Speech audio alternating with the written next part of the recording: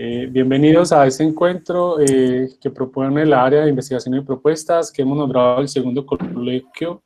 En el día de hoy tenemos una agenda que la integra el profesor Juan Camilo Londoño, también artista visual, con una reflexión sobre ficciones y realidades políticas de la luz, aproximaciones a la metáfora lumínica en la investigación.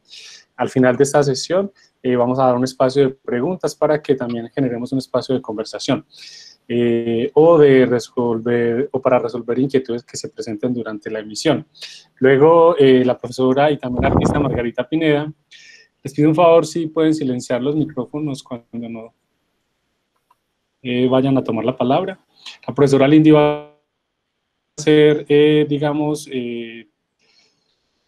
va a tomar las inquietudes o preguntas que se van dando en el foro del chat, y ella es la que de pronto va a ingresar en algún momento a compartirnos estas opiniones que se vayan sumando en el chat. Pues luego estaré yo proponiendo desde unos estudios de caso en la práctica artística contemporánea lo que puede nombrarse como pensamiento proyectual en los procesos de investigación para la creación en artes, y finalizamos con una propuesta de la revista Ojo de Pez, un colectivo de la Facultad de Artes, del Departamento de Artes Visuales, que ganaron en la modalidad especial, digamos, para la producción artística de los estímulos para el arte y la cultura de este año en curso, ¿cierto? Ellos también nos tienen una invitación para docentes, creo yo, y estudiantes que quieran participar de esta propuesta. Al final, con ellos cerraríamos la sesión. Nuevamente bienvenidos, y voy a salir de pantalla para que Camilo nos comparta su pantalla.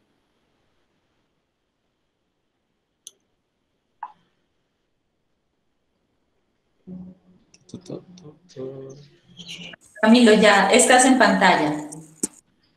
Listo. ¿Todos están viendo aquí la presentación? Sí. Sí. Listo. Bueno, muchas gracias, Frey. Muchas gracias a todos por su asistencia. Entonces, como les decía Frey, este es el título: Ficciones y realidades políticas de la luz, aproximación a la metáfora lumínica en la investigación. Entonces, en esta pequeña charla vamos a revisar como algunos ejemplos de cómo la luz ha sido una metáfora del conocimiento, de las ideas, pero también de aclarar y blanquear aquello que en la vida social o política se ha definido como oscuridades. Entonces, vamos a ver a partir de esos ejemplos qué podemos aprender para nuestros proyectos de investigación-creación desde esta metáfora lumínica. Juan, qué bueno, pena. por aquí ¿no están viendo la presentación? Yo no la veo. Voy a ensayar a ver. Sí, se está viendo. Sí, se está viendo. Sí, se está viendo. De pronto, Ana, Sí. tienes mal configurada la entrada.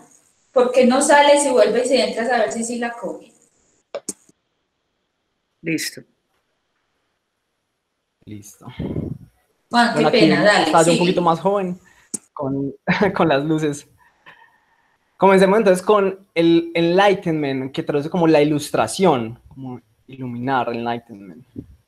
En este periodo de los siglos XVII al XIX, en Europa se hablaba como de la luz de la razón. Se habla del siglo de las luces, y partía como mucho de una idea de René Descartes, que era de la doble sustancia, que separaba mente y cuerpo. Entonces, en la mente estaba la razón, que era la iluminadora, y el cuerpo era como secundario y había que separarlo. Ese tipo de pensamiento inaugura como lo que se denomina como la racionalidad cartesiana o herencia cartesiana, que es como un pensamiento binario que se siguió aplicando a muchas cosas, por ejemplo, masculino-femenino, blanco-negro, ser humano, naturaleza, unas separaciones dicotómicas. Teoría práctica es otra que todavía existen.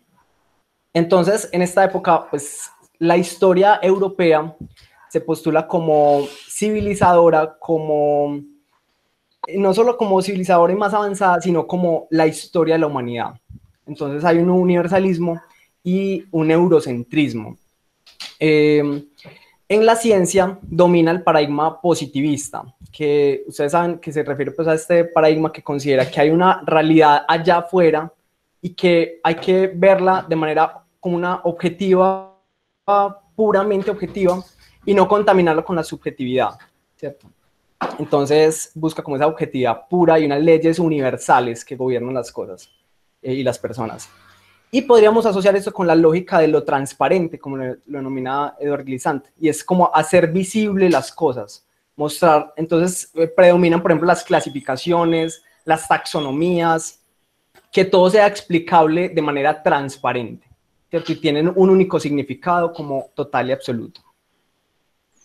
Entonces, así como ejemplito, les traje esta, que es un poco anterior, pues, pero es la linterna mágica que usaban los jesuitas, los monjes jesuitas, para evangelizar. Entonces proyectaban demonios y con esto pues como que aleccionaban y evangelizaban. Me parece interesante aquí el uso de la luz para evangelizar, aún sabiendo que era una ficción, ¿cierto? Bueno, blancura y blanquitud. Para Bolívar Echeverría, la blancura es la piel blanca, ¿cierto? Pero la blanquitud es ese estilo de vida ideal de las sociedades capitalistas modernas. Entonces ya es como un estilo de vida que aunque uno no tenga piel blanca, si tenga o no tenga, se vuelve como un ideal que se volvió como universal en la modernidad. Aunque algunos dicen que no deberíamos hablar de la modernidad, sino de las modernidades. Entonces tomémonos unos segundos para leer dos frasecitas de Ann Stoller relacionadas.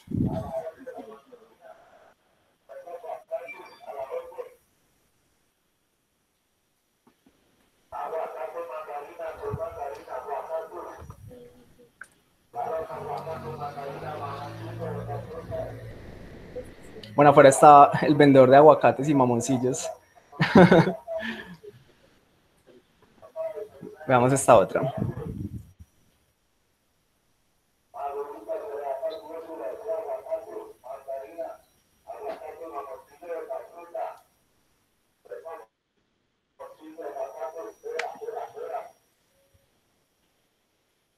Lo que resulta aquí como fundamental es que, bueno, este es un fotograma de la película The Square, la han visto, es que en el colonialismo y hasta, pues sobre todo en el siglo XIX se consolida la invención de la raza.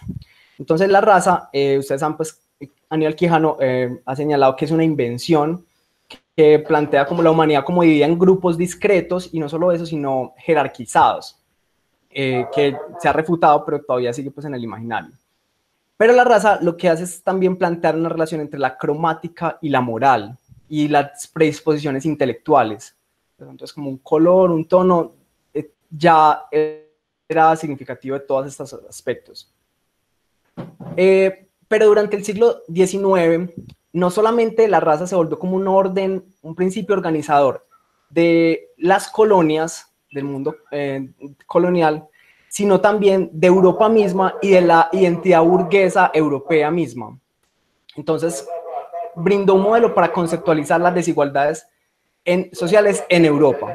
Se estableció una especie de gramática racial, una lógica como organizadora que se basa como en principios de superioridad e inferioridad y que mide, por ejemplo, asuntos como una moral burguesa, una sexualidad normalizada, unos sentimientos nacionalistas y también un color de piel.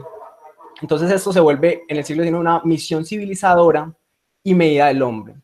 Entonces es significativo aquí porque ya no solamente la raza configura las colonias, sino que también el cultivo de la identidad burguesa está atravesado por una lógica racial, de civilidad, de cuáles eran los comportamientos adecuados para ser europeo.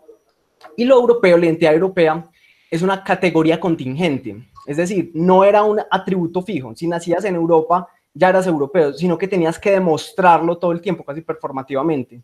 Entonces, había, por ejemplo, leyes que prohibían la fornicación interracial, pero eran a la vez generizadas. Entonces, por ejemplo, si una mujer se casaba con un nativo, una mujer europea se casaba con un nativo, perdía su estatus de europea. Pero si un hombre se casaba con una nativa, no. O, por ejemplo, había todo un debate sobre si las sirvientas de color nativas debían amamantar a los hijos de las burguesas blancas europeas porque los podían contaminar con su salvajismo, con sus actitudes primitivas, con su inferioridad. Entonces había todo un debate y así nacen en ese contexto los primeros jardines infantiles, por ejemplo, en los Países Bajos y en Francia, para evitar el contacto, demasiado contacto de las sirvientas con estos bebés. Algo que comparten los discursos de la sexualidad, el pensamiento racial y las retóricas del nacionalismo son indicadores de distinción y un índice de tratos internos que indica pues cómo se debe comportar con estas personas, las disposiciones psicológicas, la esencia moral y también la capacidad intelectual. Y esto es como como que en la ilustración, para algunos autores como Pascal Mungwini, encontramos claves para entender cómo vemos el color o lo que consideramos luz y oscuridad, incluso en el presente. Bueno, leamos porfa esta frasecita también.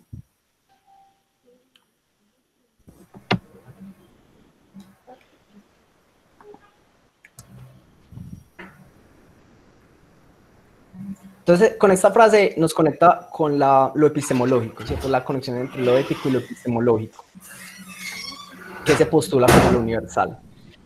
Se configuran entonces unos afectos hacia lo oscuro. Ustedes saben que los afectos son esas intensidades no discursivas que vinculan o que conectan las emociones y la experiencia subjetiva con dinámicas macropolíticas, asuntos, ¿cierto?, político-económicos de la cultura. Este, por ejemplo, es un libro sobre los invisibles en Antioquia, la invisibilidad de los homosexuales en Antioquia. Esta es una fotografía de Lady Zunga, de unos objetos de Lady Zunga, que murió en 2017.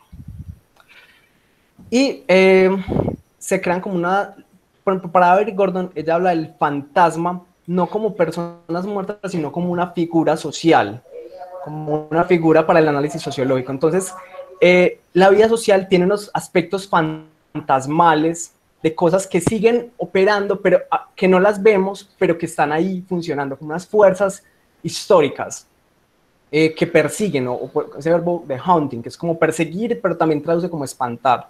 Son como unos espectros, y un buen ejemplo de esto es la colonialidad, lo que denomina colonialidad, que sigue operando aún después del fin del colonialismo, como un patrón de poder que sigue funcionando. Bueno, ahora sí, ¿cómo vemos en investigación y cómo vemos la investigación? Comencemos con esta frase de Norman Denzin y Ivona Lincoln.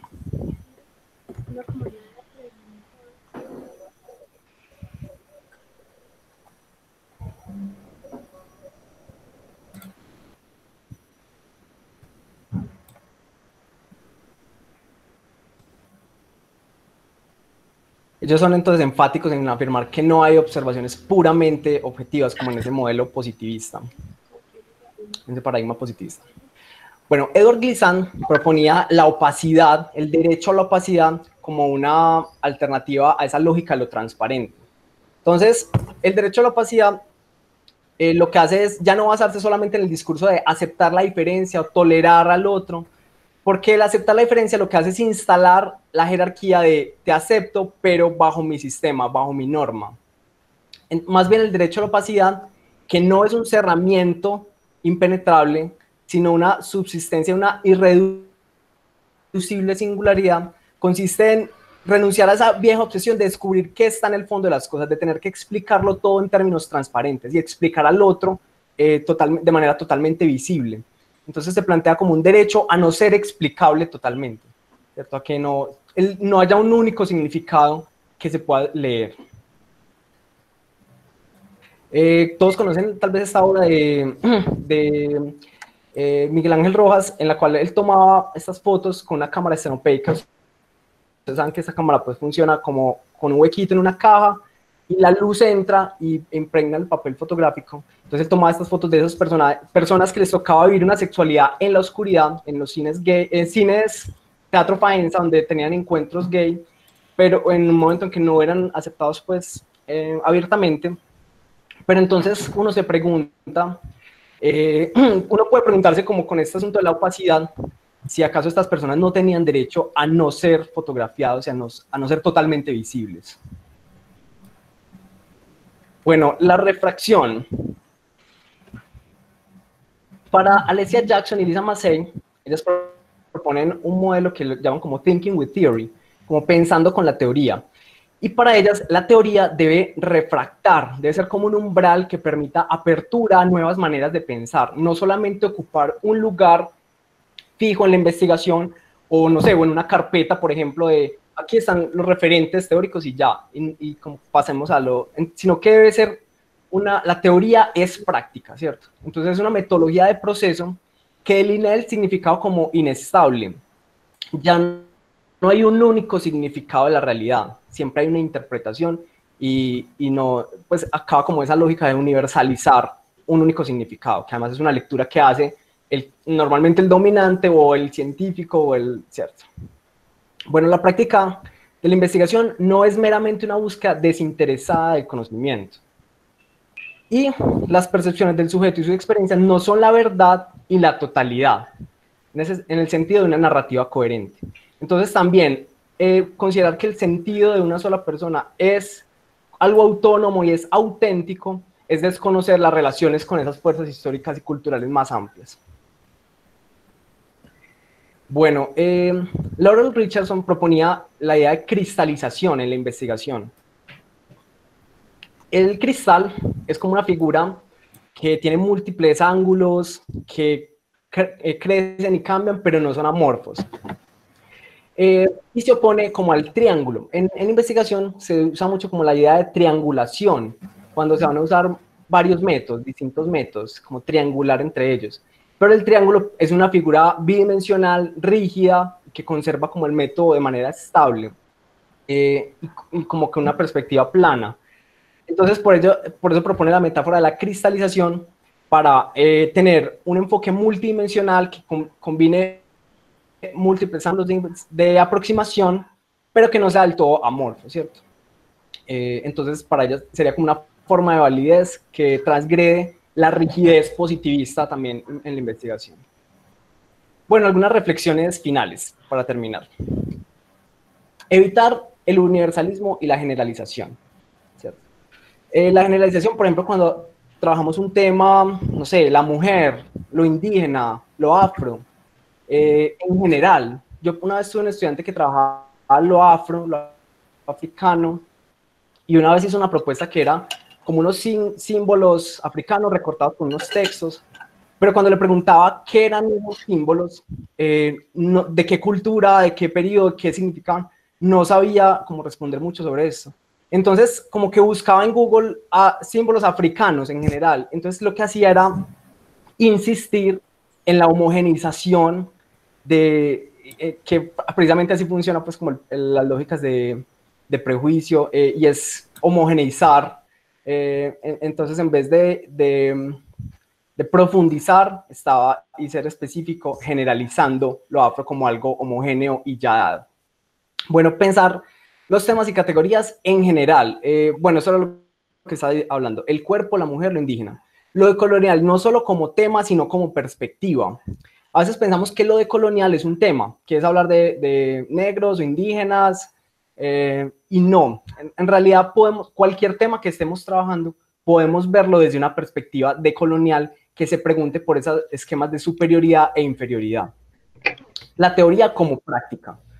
Como les decía, pues, que es una idea de Michel Foucault. Fue uno de los que lo proponía. Problematizar cómo vemos, ¿cierto? Ser críticos con la autorreferencialidad. O sea, está bien la autorreferencialidad, pero no tomarlo como que la manera en la que vemos ya está bien y no es problemática, sino que tener cuidado con esa autorreferencialidad acrítica y estar atentos a las conexiones con racismo, para no hablar de raza, porque raza como invención, clase, género, lo histórico y lo cultural. En las teorías decoloniales se usa mucho la expresión provincializar a Europa, que se refiere a no tomar la historia como la historia, sino como una historia posible, entre muchas otras infinitas historias. Por ejemplo, un estudiante una vez me presentaba un trabajo y él consideraba que el arte conceptual había nacido primero en Estados Unidos y que era primero apolítico y que luego había llegado a Latinoamérica y ahí se había vuelto político.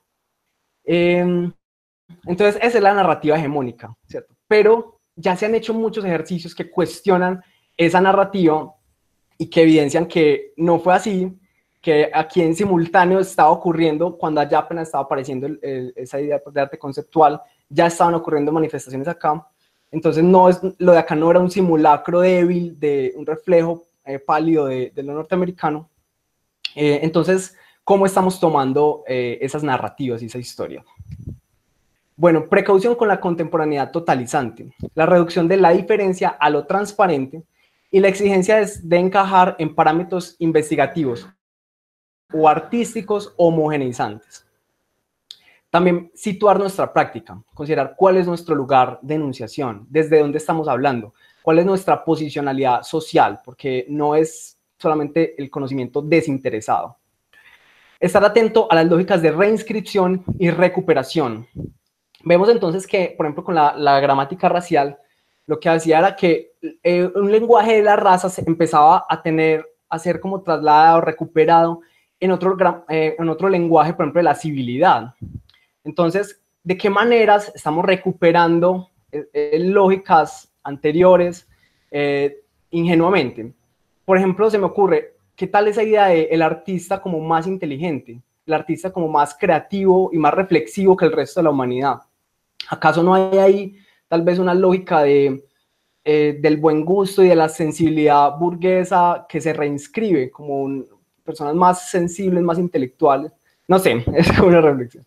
Bueno, y hacer conexiones. Cuando trabajemos un tema, no considerarlo que es un tema aislado, sino también pensar esas conexiones con lo político de otras maneras, ¿cierto? ¿Con qué se relaciona eso? Que no está allí únicamente evidente pues a la luz. Pensar en la densidad cultural, ¿cierto? Como la interseccionalidad de categorías, por ejemplo, o sí, cómo se relaciona esto con otras esferas de lo cultural. Bueno, estas eran las reflexiones que quería compartirles el día de hoy. Muchas gracias.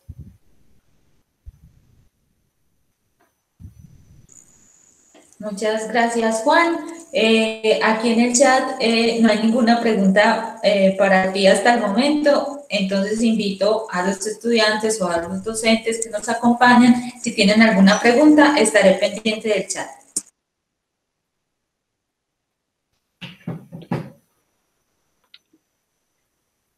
Muy clara la presentación, quizás por eso no hay preguntas. Muchas gracias. Gracias. Gracias, Juan. Ahora Margarita Pineda. Hola, acá estoy. Bienvenida. Cuéntanos, Margarita, nos va a compartir hoy una propuesta personal, ¿cierto? Una forma en que ha desarrollado un proceso de investigación-creación. Creo que en los tiempos cuando estaba acabando la carrera, data esto del año 2000. Entonces, bienvenida, compártenos, por favor. Bueno,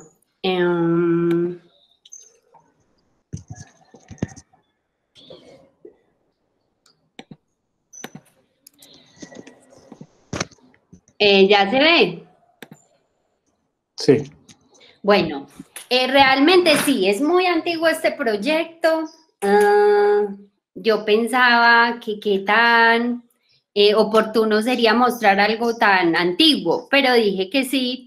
También van a ver que son imágenes de mi época de estudiante, entonces de alguna manera, cuando uno pues ya ha consolidado un trabajo y una línea, a uno le da mucha vergüenza mostrar imágenes de cuando era estudiante, pero a mí me parecen realmente muy valiosas precisamente porque una vez me pasó que uno como profesor a veces critica mucho el trabajo de los estudiantes y es como, ay, no, esto no sé qué, ay, no, esto no sé qué.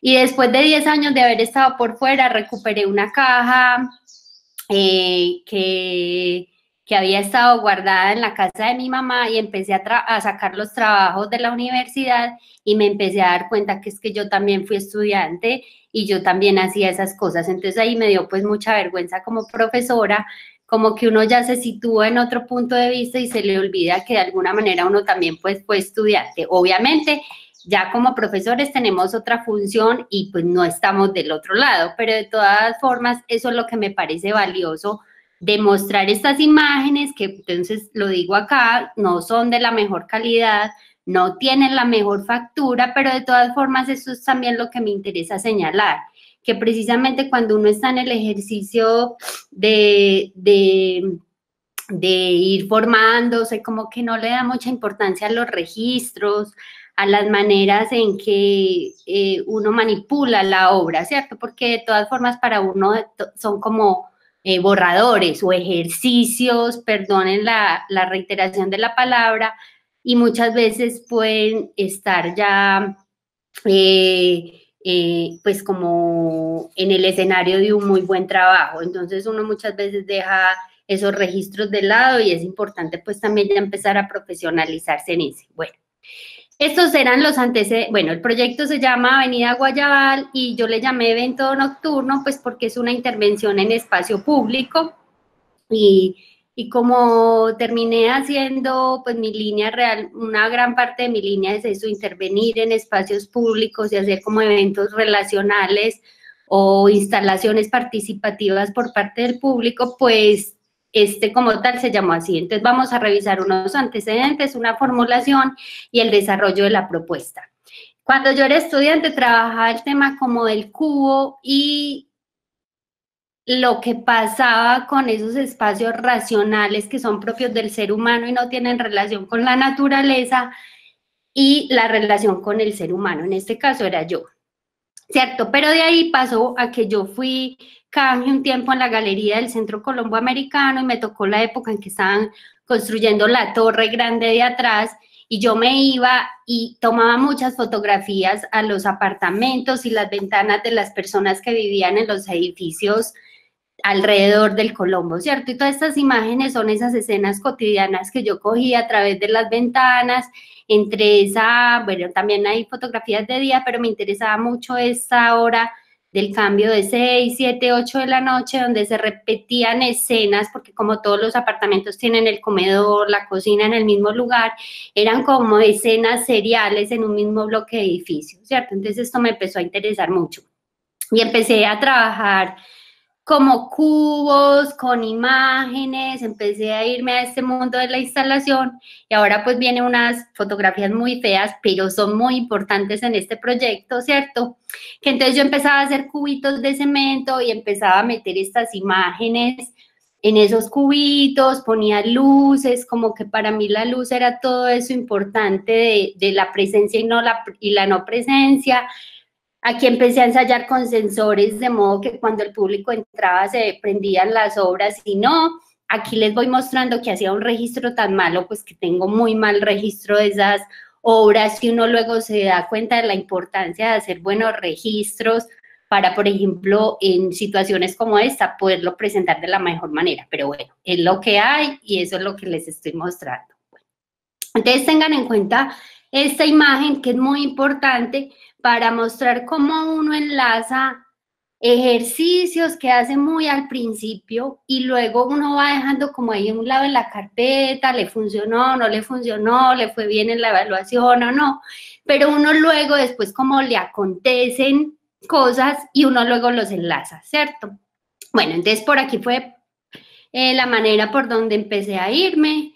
Y finalmente yo trabajaba en ese tiempo como mensajera de la empresa de mi papá y pues recorría mucho el centro de la ciudad, que también era por donde yo vivía, y empecé a hacer como un banco de imágenes de casas que eran estilo republicano y colonial y que de alguna manera tendrían que ser patrimoniales o que también estaban cambiando la configuración del centro de Medellín, pues porque se estaban ya comenzando a construir muchos edificios. Y también pues porque yo siempre había vivido en casas y para mí la casa tenía un simbolismo muy especial.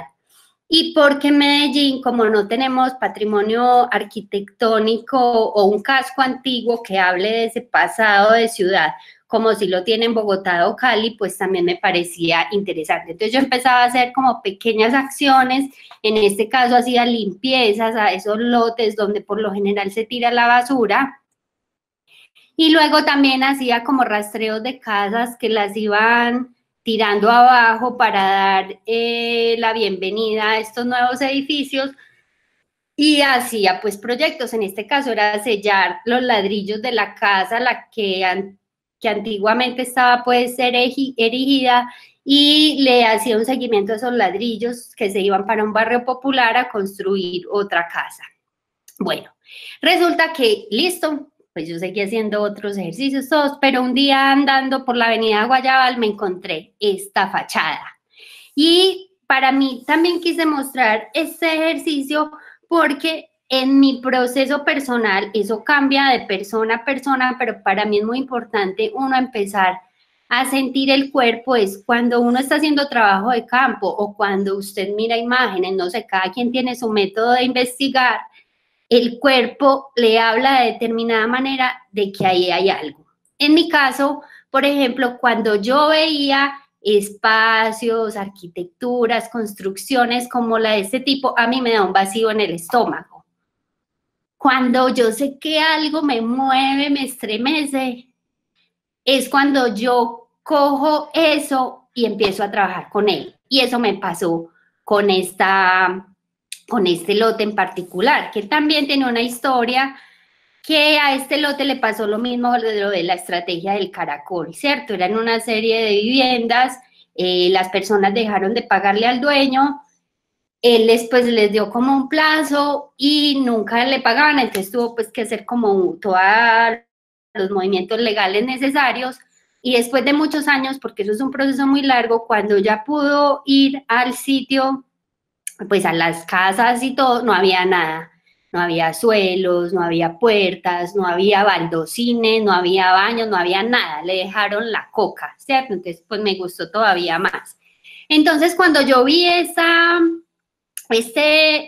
lote, esta fachada, inmediatamente conecté con esa obra del pasado, que era esta, ¿cierto? La de los cubitos, y dije, wow, es como lo mío de los cubos, pero en grande y totalmente en realidad. Entonces, para mí, de alguna manera, esta pieza, porque yo me di cuenta también en el proceso que para mí, de alguna manera, esto era una ficción y a mí me interesaba la calle porque era la realidad, ¿cierto? Son los materiales que son, huele a orines, está la basura, están las huellas de las personas que lo vivieron. Entonces, para mí, ese hallazgo fue muy importante, porque realmente era como hacer esa obra que para mí fue un boceto, hacerla como algún día en el inconsciente me la imaginé, ¿cierto? Y precisamente ese lote me hizo ver que podía ser posible. Entonces empecé a estructurar la propuesta. La idea era, esas imágenes que yo había utilizado en pequeño, la propuesta era ponerlas en escala grande en estas ventanas, pero en el césped poner una serie de sensores, y en esta acera la gente cogía, bueno, coge todavía, ya no existe porque ahora ya hay unas empresas, pero cogen los colectivos. Entonces lo que a mí me interesaba era que, como en esta obra yo hablaba de la presencia y la no presencia, pues ponía unos sensores para que las luces, las ventanas se prendieran y se apagaran en función del público que había o en función de los transeúntes de la calle que hubieran. Por esta zona también ya llegó el vendedor ambulante, entonces también lo tenemos de fondo, de donde Camilo se vino para acá. Bueno, pero estos son tamales. Entonces, listo, ¿cierto? Entonces yo dije, no, sí, así puede ser. Y la obra como tal, la formulación de la propuesta era que tuviera 3 momentos, ¿cierto? Si las personas se paraban en un punto de la acera, se prendía esta luz. Si las personas se paraban en otro punto, se prendían estas 3. Y si las personas se paraban en este otro punto, se prendían estas 2, ¿cierto? Y bueno, así se veía la fachada cuando no había espectador. Si no hay espectador, si no hay transeúnte, no hay obra, porque precisamente la idea con las obras en espacio público era que las personas terminaran de completarlas. Entonces, para mí, el espectador como tal es muy importante. Y eso lo hacía evidente a través, pues, de la activación con los sensores. Finalmente, pues, esta es la imagen de la fachada sin intervenir, esta es la imagen de la fachada interviniendo. yo presenté esta propuesta para como mi último trabajo de grado 2 y obviamente es una propuesta que costaba bastante y yo no tenía el dinero para hacerla. Entonces, yo simplemente llegué a la evaluación con mi documento, que es este, ¿cierto? Yo llegué con mi carpetica y empecé a mostrar el proyecto. Chan, bueno, esto, entonces la fachada. Miren que también presentar una propuesta, uno no tiene que tener grandes como artilugios ni llenarla de muchas cosas, simplemente es ser sintético y mostrarla. Entonces yo mostraba los 3 momentos, ponía unos textos, incluso miren que están escritos con bolígrafo, explicaba más o menos lo de los sensores, lo de la pantalla. Inicialmente yo pensaba que eran unas proyecciones, ¿cierto? Cómo se vería la obra pues total, el mapa, el sistema, la proyección pues de cuadro, el sensor y bueno, el proyector, que entonces yo pensaba que eran unas imágenes troqueladas, ¿cierto? Uno como que va conformando cómo quiere hacer la pieza y obviamente pues la ubicación. Y finalmente cuando yo hacía obras en espacio público, lo que yo proponía era que en galería se colgara un afiche de la propuesta y un display con las invitaciones para que el público se fuera al lugar donde estuviera la pieza, ¿cierto? O sea, en la obra simplemente, en galería o en espacio de exhibición, simplemente es como un registro de referencia para que las personas vayan al lugar donde realmente está la pieza. Y bueno, entonces es como un detalle y así termina. Margarita, Camilo está por acá.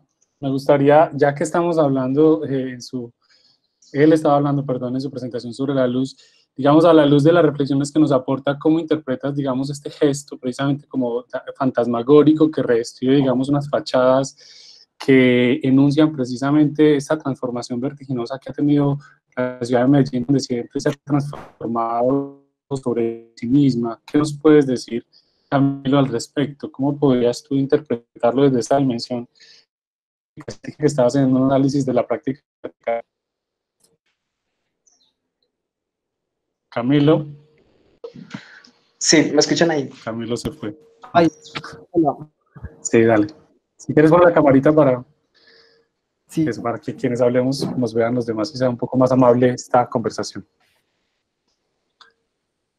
Bueno, entonces la pregunta era cómo se relacionaría como el tema de lo decolonial con por ejemplo, este asunto de las infraestructuras y con este pues, ejemplo. Sobre todo el principio de la luz, de la idea de revelar, ¿cierto? De velar, ¿cómo lo lees, digamos, de este gesto? Si quieres lo pienso un momento y antes voy con Margarita. Margarita, cuéntanos un poco, o sea, 20 años después, podemos todavía constatar la dificultad que tienen todos los dispositivos relacionales y sobre todo cuando se vincula lo electrónico, ¿cierto? La participación de los espectadores. ¿Cómo ves en este tiempo, cómo ha evolucionado? O sea, o cuáles podrían ser tus reflexiones sobre ese momento con las formas de producción que tenías? Pues ya nos hablaste un poco de que estabas acabando carrera con ciertas dificultades, ganaste un estímulo pues que te permitió hacer esta producción, que para mí también es como importante, y sumo una pregunta para que no volver a interrumpirte, y es, después de ganarte esta convocatoria, este premio, te vas 10 años de la ciudad y regresas, y estabas muy atenta, estabas casi que haciendo una memoria de Medellín a partir de tu trabajo como artista.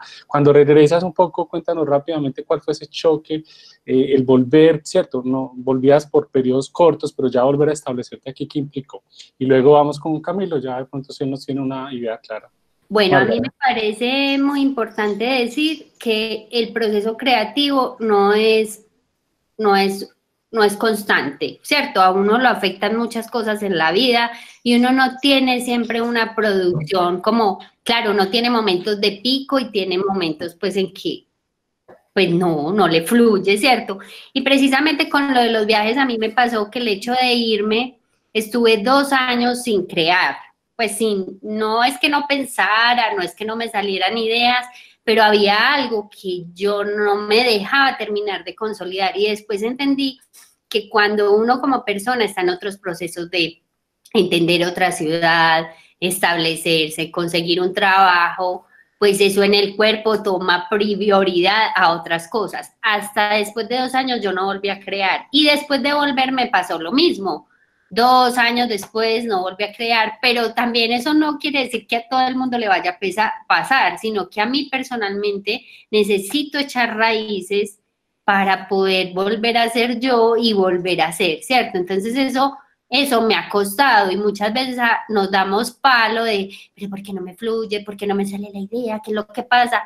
Lo importante es no dejar de hacer, pero sí es muy importante tener claro que uno siempre no es el superproductor o que uno siempre no tiene las mejores ideas y que la vida, como lo que nos está enseñando, pues también esta situación de confinamiento, es que la vida es fluctuante, cambia imprevisiblemente, pero una cosa que sí tiene muy importante el arte, y yo la recalco, y que no, muchas veces no la tienen otras disciplinas, es trabajar con la incertidumbre, ¿cierto?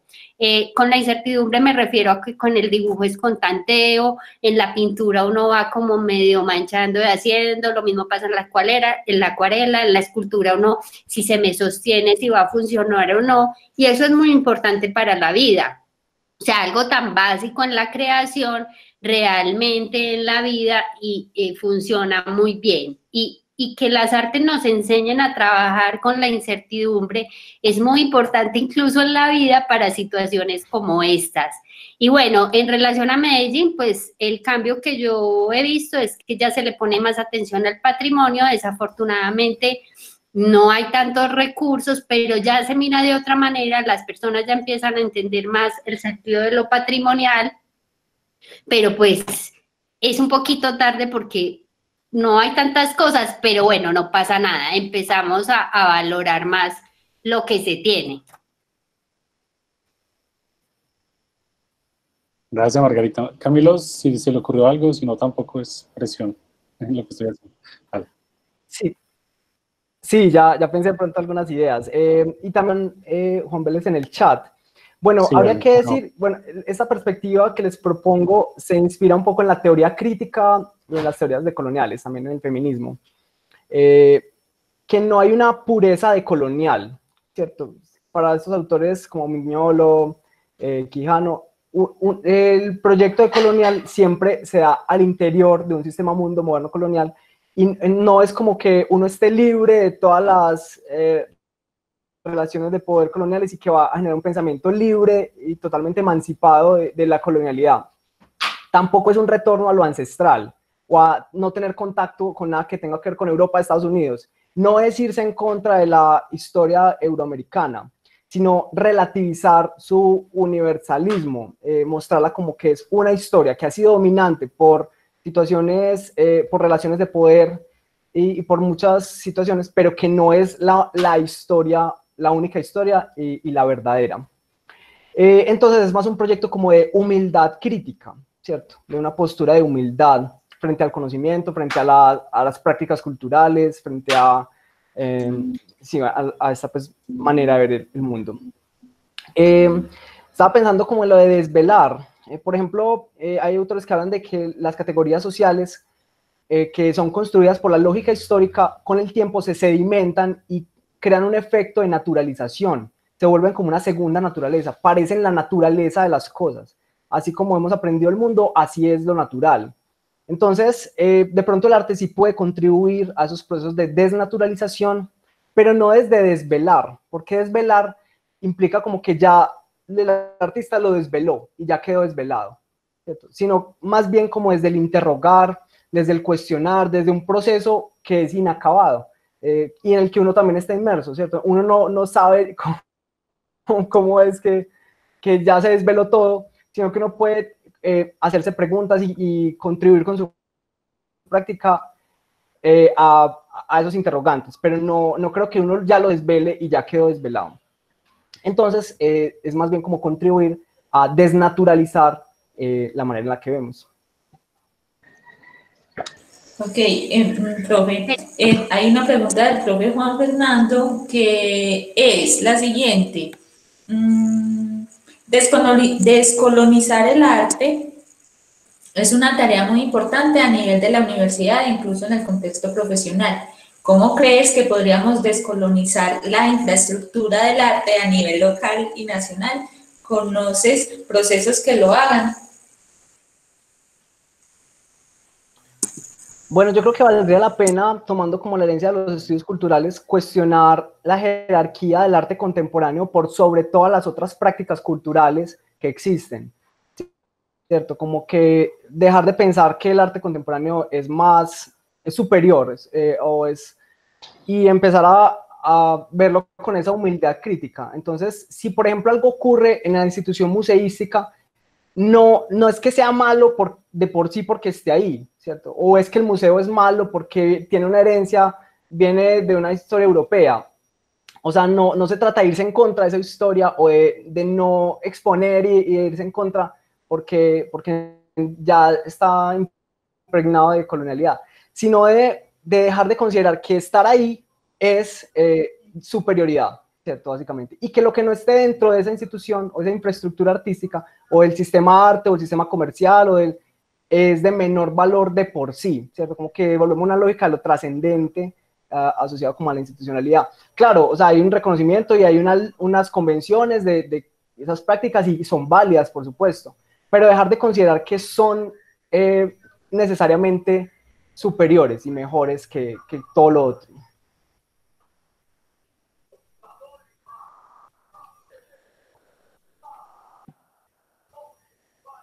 Yo tenía un video de la pieza, no sé si quieren que se los muestre, no sé si tengo tiempo para mostrarlo. Dale, profe, dale. Sí, bueno, también hay que decir que obviamente no es el mejor registro, van a ver que no utilicé la cámara que era, pero es lo que hay también. Este es el video de la pieza. Ahí, no, un segundo que no he compartido pantalla, un segundo, ¿dónde estamos? Acá, acá. Listo, ahora sí, creo que ya.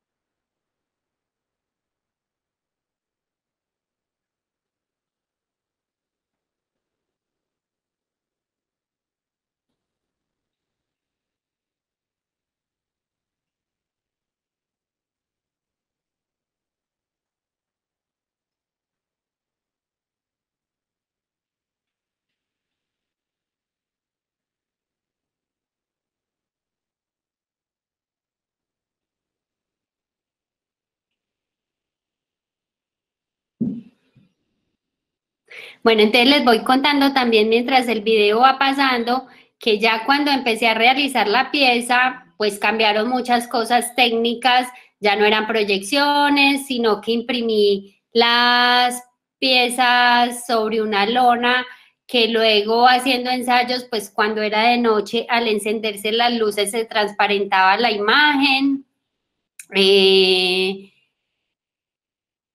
El registro no es el mejor porque no utilicé una cámara profesional, pues al ser un concurso, bueno, entonces yo esto lo presenté para el trabajo de grado y bueno, me dijeron que si me demostraba que lo podía hacer, me ponían un 5 y yo le dije pues que no tenía plata. Luego salió un concurso de la Alianza Francesa para intervenciones en espacio público y justo el documento que yo había impreso quedaba perfecto en las dimensiones que proponían y lo mandé y me lo gané. Entonces, me dieron el dinero para hacerlo, entonces esta pues es gracias a esa convocatoria que me gané y lo pude hacer. Y luego todos los ganadores de todas las alianzas francesas de Colombia enviaban esos ganadores a Bogotá y se elegía un ganador y yo gané pues también por Colombia y eso pues me dio una beca de poder salir y estudiar en otra parte. Entonces, bueno, como pueden ver, sí se ve que la obra funciona, realmente pasaba lo que proponía en el proyecto, pero el video no es el mejor. Entonces también es eso como que en el tiempo de creación o cuando uno es, uno es estudiante, muchas veces no tiene en cuenta todos los factores posteriores a solo hacer la obra, sino que, por ejemplo, el registro es muy importante. Entonces yo acá no tuve como muy en cuenta en eso y pues no tengo muy buen registro de esta pieza que a mí me gusta mucho, ¿cierto? Entonces pues, es como que qué pesar. Ya después alguna vez pensé en volverla a montar para hacerle un registro bien y pues ya había cambiado, pues ya el lote no existía, las piezas habían estado muy aporreadas pues porque yo me fui y mi familia cuando se cambiaba de casa pues obviamente no las manipulaba de la mejor manera y uno tampoco piensa mucho como yo en ese tiempo en guardar bien las piezas, ¿cierto? Entonces son de esas circunstancias alrededor de lo que pasa que hacen pues que estas cosas sucedan ahí. Y ya, ahora sí terminé. Pues tengo otras cosas después, pero pues por tiempo dejemos acá. Tiene 3 minutos, Margarita, por si quiere responder alguna pregunta, Lindy. Sí, aquí pues hacen varios comentarios. El primero es de la profe Angélica que dice que el video pues no es que esté mal ni que hay que demeritarlo, sino que por el contrario es la imagen que ese momento, entonces que es el registro adecuado. Pues no creo, yo creo que la visión que tenemos ahora de las imágenes hace que despreciemos de alguna manera las imágenes del pasado, pero yo creo que en todas ellas hay un encanto. El profe Juan Fernando pregunta,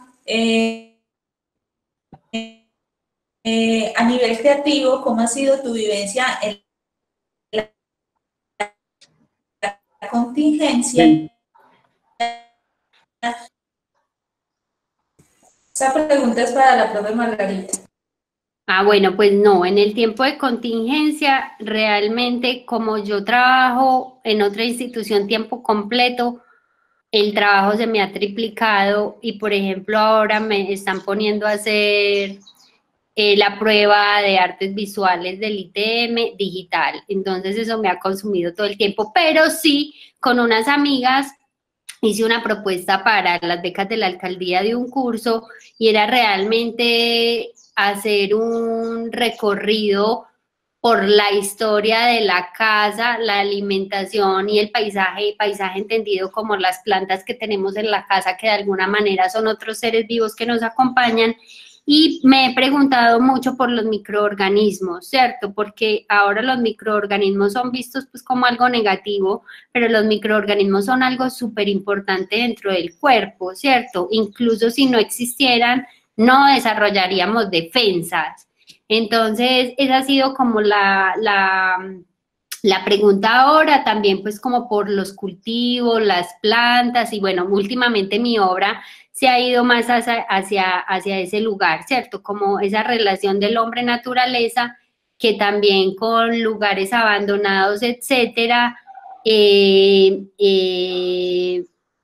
aparece como la naturaleza se toma otra vez todo lo construido por el hombre y de alguna manera lo deconstruye, y la importancia de la prevalencia que toma la naturaleza ahora. Y eso ha sido, pues, no he hecho nada formalmente, pero sí todo lo que me ha llevado a cuestionar, sí tengo como ideas en la cabeza, pero no he desarrollado algo específico. Margarita, ¿qué le aconsejarías a los estudiantes, dice la profesora Astrid, de cómo crear en tiempos de pandemia? Pues un poco ya estaba respondiendo acá, pero no sé si vas a aportar algo más. Que, por ejemplo, una de las cosas que yo siempre los digo a los estudiantes, y sobre todo pues yo que también estoy en el ITM, que son estratos 1, 2 y 3, es que sacan muchas veces la excusa de que no tienen el recurso, pero realmente uno puede hacer con todo lo que tenga a mano, con cosas recicladas, con papeles, incluso ahora estoy dando una clase en ciencias culinarias de la de Antioquia en Oriente, y la propuesta es trabajar con los desechos, ¿cierto? ¿Qué pasa con las cáscaras? ¿Qué pasa con lo orgánico? ¿Cómo se puede hacer el compost en casa? ¿Qué pasa con hacer la vida familiar diferente al servir los platos de otra manera, cierto? Incluso con unos compañeros nos preguntábamos la importancia del arte ahora y de alguna manera nos reíamos cuando yo decía que no importaba si se dedicaban a hacer tamales, que por el hecho de ser artistas el amarre del tamal iba a ser diferente. Entonces yo pienso que el arte atraviesa toda la vida, ¿cierto? Entonces ahí es en estos momentos, pues los grandes países que se han desarrollado han llegado a esos estados precisamente por las carencias. Entonces estos estados de contingencia yo pienso que son súper valiosos para aprovechar el hecho de no tener con lo que siempre hacemos, porque precisamente eso es lo que nos pone en los lugares de comodidad. Entonces, estas incomodidades son las que nos hacen que se susciten cosas tanto al interior, pues como ¿cómo se dice eso? Cuando algo lo estremece a uno, pues a uno que le toca hacer. Entonces, yo pienso que aquí es donde sí nos ponemos a prueba.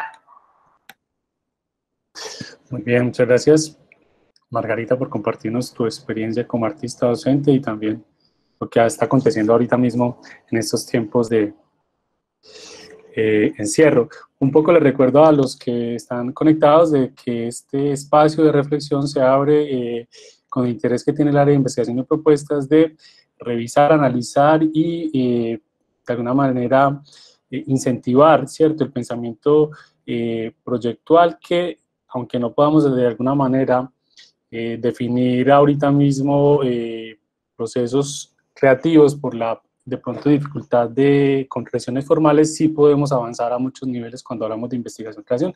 Entonces, los paneles hoy están de alguna manera dirigidos a ese lugar. Bueno, entonces ahorita mismo, Margarita, si ya dejó de compartir la pantalla. Sí, ya dejé de compartir, creo. Sí. ¿Ustedes están viendo la mía? Sí. ¿Alguien me confirma si están viendo la mía, por favor? Ok, listo. Bueno, entonces yo hoy traje muchos ejemplos, casi que la proyección que quiero hacer hoy es más como visual, precisamente me pego a esta iniciativa del área y propongo aquí unas reflexiones de la práctica artística universal y traje unos ejemplos míos también, pues no sé si sea pertinente y si el tiempo me alcance para hacerlo y si no, pues lo eliminaría para poder dejarle tiempo al grupo de estudiantes invitados.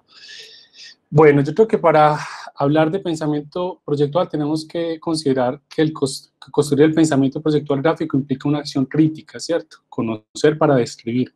El tiempo suspendido en el dibujo es un tiempo de reflexión. Pensar, modos de hacer, modos de pensar, es una buena, digamos, un buen lugar de reflexión hoy en estos tiempos de confinamiento. Traje como en primera instancia un artista muy referenciado quizás por nuestros cursos, pero creo que la honestidad de sus bocetos y el carácter procesual de su obra pues amerita citarlo hoy. Este artista belga que trabaja en la Ciudad de México tiene consignas tan valiosas como a veces hacer algo poético puede convertirse en político y a veces hacer algo político puede convertirse en poético. De alguna manera lo que busca es descifrar sistemas de juegos diversos en territorios puntuales, ¿cierto? Él se instala también como un espectador de estas circunstancias y a veces moviliza signos o él mismo se vuelve un signo que problematiza estos contextos que intervienen. Solo voy a citar uno de sus proyectos colaborativos donde precisamente pude encontrar algunos esquemas, bosquejos de este despliegue procesual que elabora Francis Alice previo, digamos, a la acción y ya luego como todo esto en suma presenta en galería un relato, una narrativa donde queda desplegada y expresa, digamos, una cartografía de investigación, creación. Vemos acá como de pronto el apelo a los mapas, ¿cierto? Como un principio de ubicación, bocetos un poco mal en definición, pero que espero ilustren cómo él en su libreta se empieza a la génesis, digamos, del proyecto, desde unos signos que quizás primero están en su imaginario y luego cuando va a territorio, pues empieza a operar con ellos, o a veces primero él se involucra con los territorios, identifica los signos y luego hace este proceso, pues, precisamente de reflexión, de alternativas, y acá vemos como de manera muy eficaz esos esquemas nos están planteando un gesto colaborativo que hizo con personas cubanas, balseros, pescadores artesanales y tradicionales de la isla, y al otro lado, digamos, de esta franja, frontera natural que es el mar, en la punta sur de Florida, unos pescadores deportivos o que se dedican a la pesca deportiva. Entonces, acá vemos algunas imágenes de la situación, es un gesto posible, pero pues la sola potencia de que pudiera construirse un puente entre estos dos territorios es lo que, digamos, acoge la dimensión simbólica de su gesto. Otros registros desde los dos lados precisamente, y ese espacio que no está evidentemente atravesado por las barcazas, ese es el lugar, yo creo, de la distopía o de la utopía, y es una forma que él tiene para hablar precisamente de la sociedad cubana, de los imaginarios cubanos, del sueño americano, y precisamente ese otro lado también, la frontera. También me parece en él muy interesante que en la mayoría de sus exposiciones él hace despliegues cartográficos, como una suerte de atlas de los procesos de investigación-creación. Estos son unas imágenes que esbozan más o menos unas mesas que se incluyen casi siempre en sus obras, porque él tiene muy claro que la obra no es precisamente la foto, el registro, sino que es un conjunto de elementos que bien estarían en la línea de lo que propone Nicolás Bourriaud como la forma relacional, es decir, un conjunto de elementos que en suma es lo que edifica un gesto artístico, y eso empieza a veces desde su propia experiencia en territorio, la relación que tiene con las comunidades, y luego elaboraciones en varias líneas, a veces dibujos, esquemas, fotografías intervenidas, y obviamente pues acciones a veces individuales y en otros casos colectivas. Hay piezas, yo creería, de sus bitácoras que ya terminan siendo gestos autónomos, ¿cierto? Que terminan siendo un lugar también para expresar su experiencia en territorios, sus comentarios sobre situaciones particulares de comunidades que él visita. Pues en principio él se dedicó muy al entorno urbano de México, pero sabemos que en los años siguientes, las décadas siguientes más bien, ha venido haciendo trabajos bien bellos, muy poéticos con respecto a circunstancias que se dan por diásporas, por conflictos armados, ¿cierto? Por migraciones involuntarias en muchos territorios. Me gusta también bastante en la obra de Francis Allis la economía de los elementos, retomando un poco lo que decía Margarita, pues yo creo que la imaginación no está confinada, ¿cierto? Y los recursos que tenemos a mano podrían ser válidos para hacer un esquema de una idea, una proyectación de unas pinturas que luego elaboraremos, o bien un proyecto relacional como el que acabamos de ver hace un momento, el puente. También es bello como él a veces desde las animaciones gráficas que hace, los bocetos terminan incluyendo, digamos, señalando más bien esta línea de producción que tiene este artista. Él, como de pronto ya lo sabrán, pues no se autodenomina como artista, él no es formado en artes, y desde ahí también siempre ha operado como con cierta no sé, sutileza y honestidad, ¿cierto? No se considera pintor, entonces sus dibujos, sus pinturas son como un poco inocentes, pero yo creo que acogen también su propia postura frente a la institución arte. Acá me parece también relevante hablar de esa denominación de la traza, ¿cierto? Aquí vemos cómo se combinan, ¿cierto? Unos elementos que podrían ser convenciones del lenguaje técnico, del dibujo técnico, pero otros componentes que ya nos llevan a considerar esta imagen como un producto terminado, ¿cierto? Un dibujo más en la línea de la expresión artística que como un dibujo preparatorio, como un dibujo analítico o proyectual. Entonces, en muchos casos, insisto, parte de lo que es el proceso en la obra de Francis Allis termina siendo constituyente de su obra. Esta ruina, digamos, del papel, esto yo creo que comenta de alguna manera también su observación a los objetos cotidianos. Entonces no es gratuito en la gramática visual, los elementos que él deja, quizás ya se vuelven como unos modos de hacer particulares, ¿cierto? Lo vemos ya muy recurrente en su trabajo, esta cintica, el velo de los dibujos, una manera como de componer, moviendo motivos que disponen diferentes planos, y vamos a ver otros artistas que también apelan a este recurso de la transparencia para reescribir imágenes urbanas. Se lo veremos con Carlos Garaycoa, pero en este caso yo creo que también estamos asistiendo acá a un proceso como muy íntimo del artista, donde pareciera que él hace unos juegos muy básicos para poder hacer un tanteo, ¿cierto?, de composición para quizás una obra, no lo tengo claro, pero podría ser. Esta pieza me parece increíble, es algo que contiene tanto una emoción gráfica como una narrativa, que si uno la piensa desde lo intersubjetivo, podría ya casi que pensar la situación de una acción colectiva, no sé si sería un happening, no, sería más bien un performance colectivo, ¿cierto?, donde se da esto que pareciera citar el Ouroboros, perdón, ¿cierto? Como que la serpiente que se muerde la cola, esta inscripción, este usar, quizás es una imagen que le aparece en su cotidianidad y lo lleva a pensar esta situación, y a partir del énfasis, la repetición y esa estructura narrativa circular, creo yo que ahí abre un lugar para la metáfora. A veces hacer algo no conduce a nada, es otra máxima bien importante y que vale bastante en esos tiempos de confinamiento. Pareciera que no estamos haciendo, como dice Margarita, pero sí, en muchos casos la mente sigue activa, procesando, inconscientemente a veces estamos construyendo, edificando propuestas, pero no lo tenemos tan claro, y llega el momento en que esa pulsión se desborda, perdón, hacia ya los modelos de registros que cada uno tenga a su haber en sus procesos. Ahora vamos con otro artista latinoamericano, pues también muy conocido. Quise apelar como a referentes bien referenciados en el campo académico y en la práctica universal. Conocemos bastante sus proyectaciones de ciudades y utópicas, con materialidades refinadas, pero que en suma están apuntando a un discurso que vincula pues sus herencias, digamos, de una política y una historia cubana, pero que luego se van hacia un lugar más universal, muchas de sus propuestas. Estos son dos ejemplos, digamos, de trabajos de él, y los quise poner porque tuvimos la oportunidad de verlos acá en Medellín, en el Museo de Arte Moderno, cuando este gran artista tuvo una exposición importante en esta institución. Me gusta bastante poder mostrar ahorita, ¿cierto?, la simpleza que este artista también, o bueno, su colectivo, porque cuando uno busca la referencia en internet de su página, esa es la oficina de arquitectos, bueno, se me fue la palabra, ahorita algún docente me colabora. Él tiene un grupo transdisciplinar que lo ayuda a consolidar sus propuestas, y él de manera honesta pues habla de eso, de que es un trabajo como colaborativo de varias personas. Estudio Carlos Garaycoa se llama, así ya lo recordé.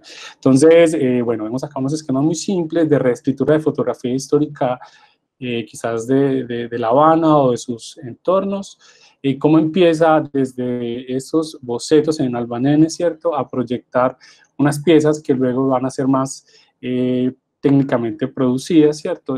Sabemos que cuando aparece el régimen de izquierda en Cuba, pues lo primero que se elimina es los conceptos que soportan la sociedad de consumo y el capitalismo, y entonces siempre hemos sabido que hay una suerte de ruina, digamos, de estos lugares de exhibición de la publicidad que se desmonta cuando llega precisamente el movimiento socialista, pues, ¿cierto?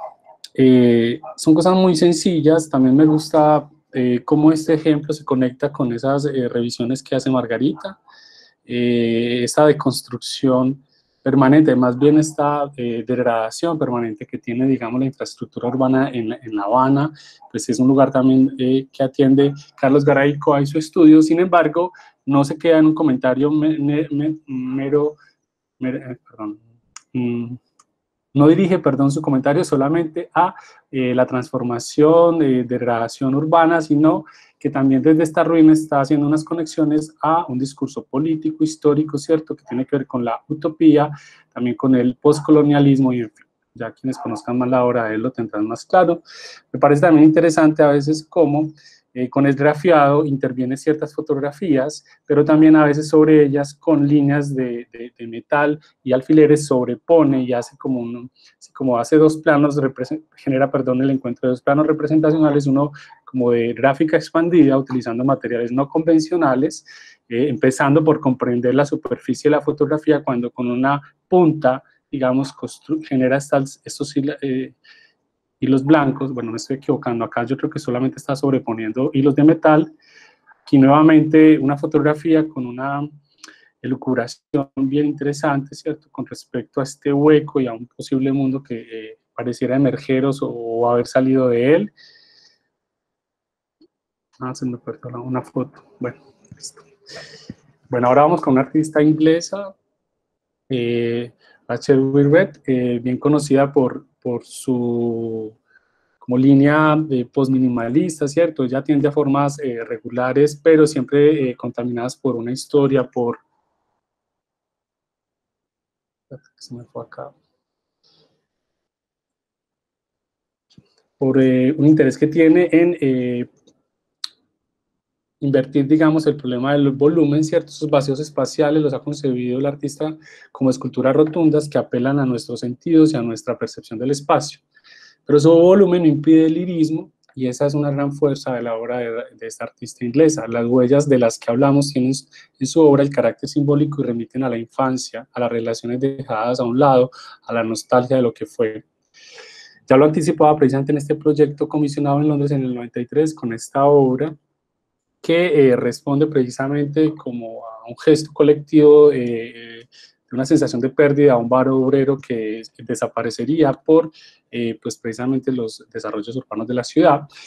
Fue tan polémica, digamos, esta obra que luego del tiempo que se había proyectado quedó un tiempo mayor, ¿cierto?, como una especie de lamento con respecto a la memoria. Me parece, frente a este proyecto y varios que tienen esta línea, muy interesante cómo ella genera estos ejercicios de borramiento, simplemente sobreponiendo pintura en fotografías, digamos, que ella hace en su trabajo etnográfico en la ciudad. Me parece que este fotomontaje o este collage más bien, ¿cómo decirlo? Sí, como una fotografía intervenida mejor, yo creo que define muy bien el comentario que hace el artista cuando con la obra, ¿cierto?, donde ella pone en materia donde antes era espacio, ¿cierto?, esta idea de positivo, negativo, de lo que está ahí y lo que va a desaparecer. Acá vemos también de una manera muy clara cómo es de eficaz estas intervenciones sobre la fotografía con elementos muy básicos, pero que dan cuenta de una obra súper potente y pues muy ubicada ya en la escultura contemporánea con lo que generó al crear la huella del vacío. Piezas de pronto no tan importantes en su producción, pero parece muy bello, digamos, asomarnos a las bitácoras. No sé si ella expone esos dibujos también con las obras, pero sí que en su sitio web encuentra uno bastantes despliegues procesuales, un ejercicio pues como de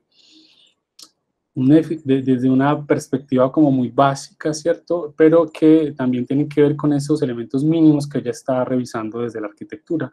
Y hay otras piezas un poco más elaboradas como estas que creo yo ya tienen el interés de ser como un gesto desde el lenguaje gráfico.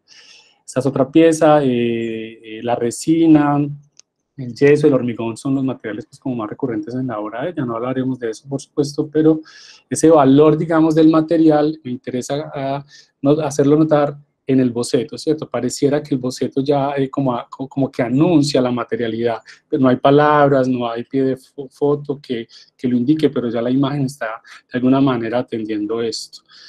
Un ejemplo también de sus bitácoras. Entonces no hay que ser a veces un gran dibujante, es simplemente tener claridad con lo que uno quiere proyectar. Quizás ella no es que sea mala dibujante, quizás quiera hacer estos volúmenes como de una manera muy sencilla, ¿no?, como restándole un poco el tecnicismo como que podría tener un diseñador de producto o un arquitecto, en fin, o un delineante técnico.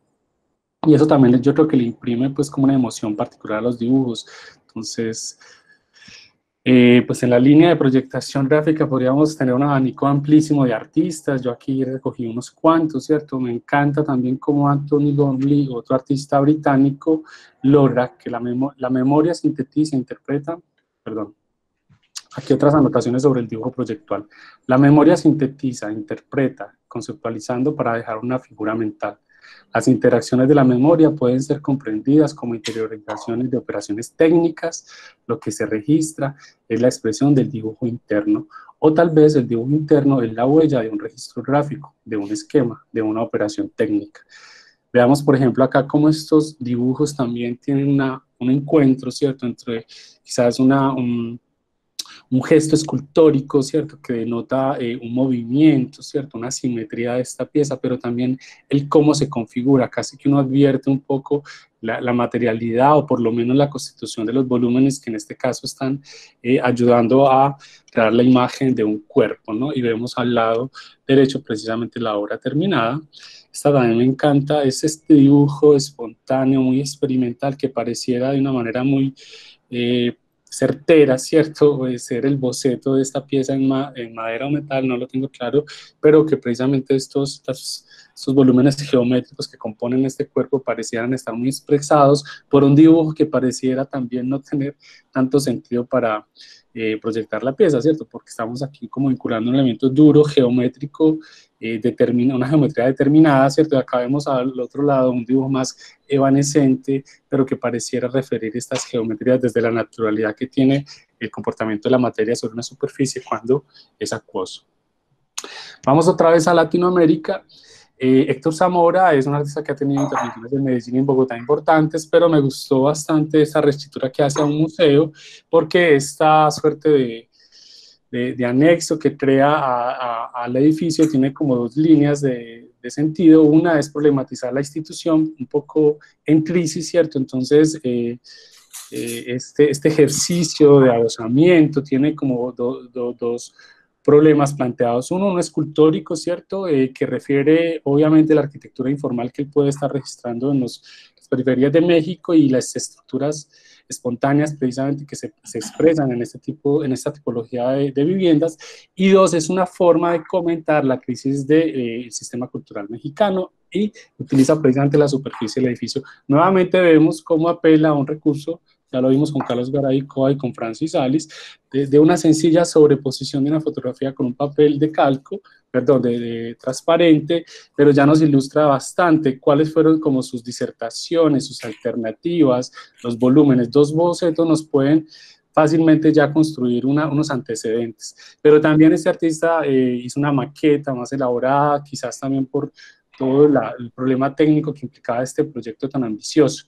Vemos precisamente las escaleras externas que tiene el edificio y que le permitían a los espectadores de su obra acceder a ella sin necesidad de ingresar a la institución. Entonces, la obra en sí tiene pues como muchas aristas bien interesantes, pero no es el lugar para hablar de eso. Solo quería presentarles un poco como los elementos de registro del proceso, tanto técnicos en taller como de proyectaciones también técnicas, y ya el montaje que implicó, y ya la evidencia, digamos, de cómo se conserva esa esencia de la arquitectura informal que le está planteando, esta arquitectura parasitaria, ¿cierto? Y entonces en los habitáculos habían dos espacios, uno donde el artista vivió por un tiempo y donde los espectadores podían llegar y también tener una experiencia en sitio particular y deslocalizarse totalmente del museo. Otro artista que me parece importante en esto del pensamiento proyectual y que atiende en este proyecto en particular nuestra realidad territorial y urbana es Juan Fernando Herrán. Admiro bastante pues este gesto, pues es bien inteligente, como desde la lectura que hace del territorio, de estas formas de escaleras, ¿cierto?, que son contenciones de barro, a veces por madera, o que simplemente son las formaletas para hacer luego las escaleras en concreto, empieza a expresar bien las formas de adaptarse a un territorio que tenemos en nuestra ciudad. Pude hallar algunas imágenes de sus bitácoras, precisamente, que llevaba seguramente cuando hacía estos tránsitos por el territorio en Medellín. Dibujos muy básicos, sin el interés de que sean como artísticos, se vuelve más un proceso de pensamiento personal con respecto a alternativas formales. Acá vemos incluso uno donde está analizando la forma de hacer un emplazamiento en un espacio particular, porque esta obra se hace más o menos como para sitio específico, dado que se exhibió en diferentes lugares, incluso en el Museo de Antioquia tuvimos la oportunidad de verlo, y vemos variables precisamente de la misma propuesta, pero como son esquemas muy sencillos, digamos, de un ejercicio personal de reflexión. También me parece que es importante ver cómo en algunas de sus exposiciones precisamente despliega taxonomías fotográficas, los bocetos que aluden precisamente a estas concreciones formales, y es muy bello, pues, sobre todo que plantea unas escaleras que no tienen el paso, ¿cierto?, que están establecidas a partir del contrapaso. Eso habla también como de la precariedad y inestabilidad de esos territorios donde se construyen en muchos lugares de Medellín, que son zonas de alto riesgo precisamente. Aquí vemos pues diferentes espacios, en Bogotá. También me parece chévere esto, pues aquí en el lo ven como una cosa muy sencilla y muy básica, pero para otros es un complemento directo. Incluso estas maquetas tienen el valor de obra, yo las he visto en procesos de venta de subastas, entonces hace parte del proceso, pero esta idea, digamos, también queda expresada de alguna manera en estas escalinatas hechas en arcilla y estas otras en balso y maderas de una manera muy básica, ¿cierto? Bueno, aquí rápidamente, me quedan 5 minutos, voy a pasar rapidito por unos procesos personales. Me gusta bastante porque fue algo que pensé cuando estaba haciendo la maestría en la Universidad Nacional. Estaba indagando sobre unos materiales que eran muy recurrentes en los entornos urbanos que yo revisaba en Ciudad Bolívar, y hice una pequeña escultura con la idea de que iba a ser una gran bola. En su momento, pues por los recursos que tenía no pude producirla. Una vejilla, cuando la consulté en ese momento, pues valía muchísimo en el mercado donde hacían inflables. Para poder hacer esta pelota y tirarla a rodar por Ciudad Bolívar, guardé, digamos, este collage digital, y fue en el año 2015 que ya la pude producir, y ya pues no estaba viviendo en Bogotá, entonces hice la acción que pretendía hacer allá, la hice aquí en Medellín, en el barrio La Cruz, o allá por unos vericuetos, por caminos muy de línea veredal. Puse a rodar esta suerte como de elemento informe, que refiere un poco cierta adaptación de la materia que se da en la arquitectura espontánea en esos entornos. Luego esta pieza iba a la galería, obviamente impregnada de todo este trasegar por el territorio, y para mí era muy importante pues las fotografías en sitio, porque pues era más que ser una escultura de autor. Pues yo he hecho varias esferas, pero no es que me dedique a hacer esferas, no es como eso simplemente lo veo, es como un código de la gramática general de la escultura. Sin embargo, lo que implica el rodar o una pieza que infiere ya el movimiento, pues me ha gustado bastante para varios planteamientos que he desarrollado. Entonces quería que la acotación fotográfica de la pieza en sitio desestimara la posibilidad de comprender esto como una escultura autónoma. Otra propuesta que quería compartirles es una maqueta que hasta yo me sorprendí porque la hice como que también, o sea, simplemente tomé fragmentos de las fotografías que había hecho en mis recorridos urbanos, las llevé todas a una misma escala, las imprimí con balso y alambre y qué sé yo, armé la maqueta, luego hice un registro y hice unos montajes digitales sobre el lugar donde iba a ser el emplazamiento. Y por infidencia de un jurado, pues bueno, más bien porque luego me comentó, a mí me iban a descalificar porque había quedado tan bien hecho el montaje que pensaron que la obra ya había sido realizada. Sí, afortunadamente alguien vio que decía maqueta y pudo haber sido. Entonces yo lo que quiero también señalar un poco en la línea de Margarita es que uno a veces con muy poco puede hacer mucho, ¿cierto? Una impresora, papel, balso puede construir una propuesta que luego escala uno va a hacer algo pues como de carácter ambicioso, pero con eso es que uno aplica a los proyectos, a las bolsas de trabajo. En ese caso fue una beca de creación en la línea de escultura. Esto ya en otro territorio, también partiendo de cosas dadas, ¿cierto? De hacer lectura de elementos que uno encuentra en sitio. Estaba haciendo una residencia artística en el Valle del Lot, en el sur de Francia, y me encontré esta casualidad de una casa que pareciera haber sido partida por el cruce de la vía, pero es una casualidad que quise devolverla más causal, adhiriendo, digamos, a la superficie esta suerte de naturaleza artificiosa que crecía en las fachadas. Pero lo que quería compartir un poco es el proceso con el que yo entré en diálogo con la curadora del evento, ¿cierto?, para poder definir qué pieza iba a aportar, digamos, a ese ciclo de la residencia en el 2013 en San Cyr la Popí. Y quería mostrarles un poco cómo esta fotografía de alguna manera me señaló un color posible por el contraste alto que generaban estos campos. Y bueno, eso tiene todo un trasfondo pues como conceptual, pero hoy estamos ocupándonos desde lo procesual. Otra propuesta que también hice para esa residencia, acá ven lo que yo iba desplegando en las paredes de mi taller asignado allí en la residencia. Estaba analizando las posibilidades de intermedio un puente férreo, pues que ya no funcionaba durante más de 20 años, pero estaba intacto, me inquietó bastante eso, y bueno, especulé bastante como de pronto hacer un gesto, una traza, algo que reescribiera esa línea dormida que estaba en el Valle del Lot, y también me puse a hacer una maqueta de la que me siento orgulloso porque logró ser muy eficaz en lo que quería hacer para comentarlo, y con lo que tenía ahí en la residencia, balso, papel, impresora. Y aquí está ya pues la obra desarrollada, que son 145 metros de un tubo agrícola, que fue bien complejo ya la producción y el montaje. Y por último, pues algo que está más cercano en el imaginario colectivo de la facultad, esta pieza que está ya encerradita en la universidad, lo que están viendo acá es el montaje digital.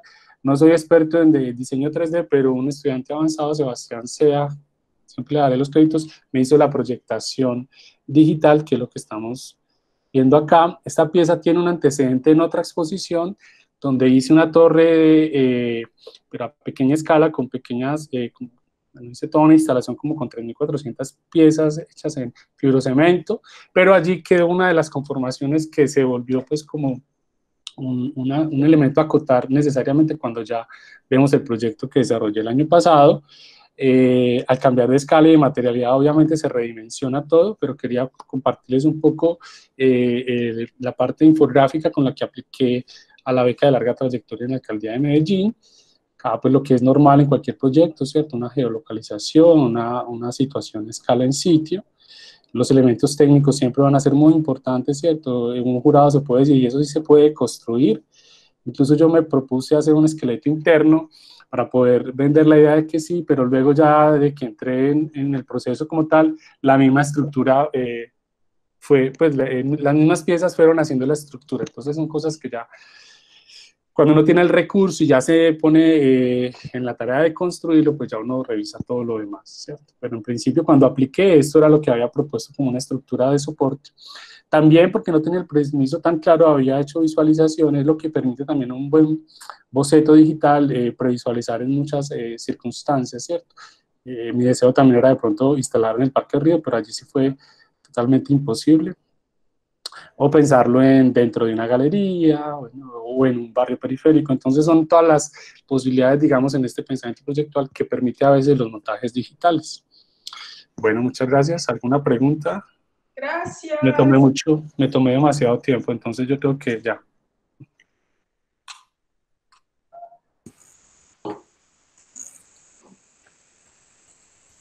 Muchas gracias, Freddy. Entonces ya vamos a recibir a los estudiantes del colectivo que conforman la revista Ojo de Pez. Sigo presentando entonces mi pantalla, ¿cierto? Sí, por favor.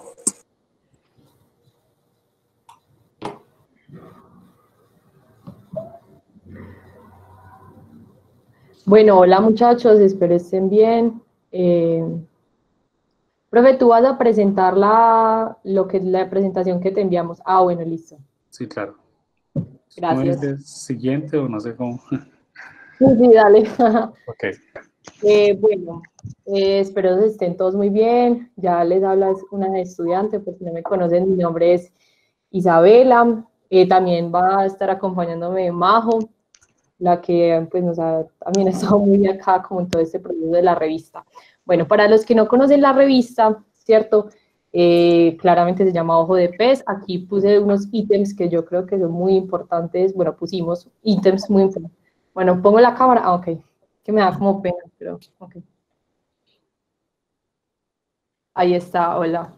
Entonces, bueno, como venía diciendo, para los profes o compañeros de estudiantes que no conocen la revista, es una revista que es un proyecto colaborativo de estudiantes, extracurricular, y es autogestionado, o sea, por nosotros y por la profesora impulsora de todo este proyecto.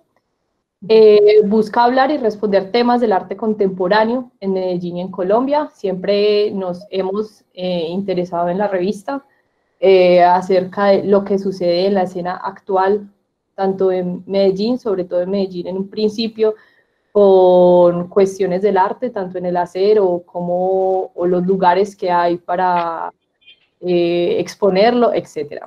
Un tono libre Esto es también muy importante porque los artículos, las imágenes, lo que incluimos en la revista siempre va muy a lo que nos llegue o pues como muy en ese sentido de lo que se está haciendo, sobre todo pues como los jóvenes y estudiantes artistas hemos tenido un papel pues como muy importante en la producción y en lo que se incluye como de contenido de la revista.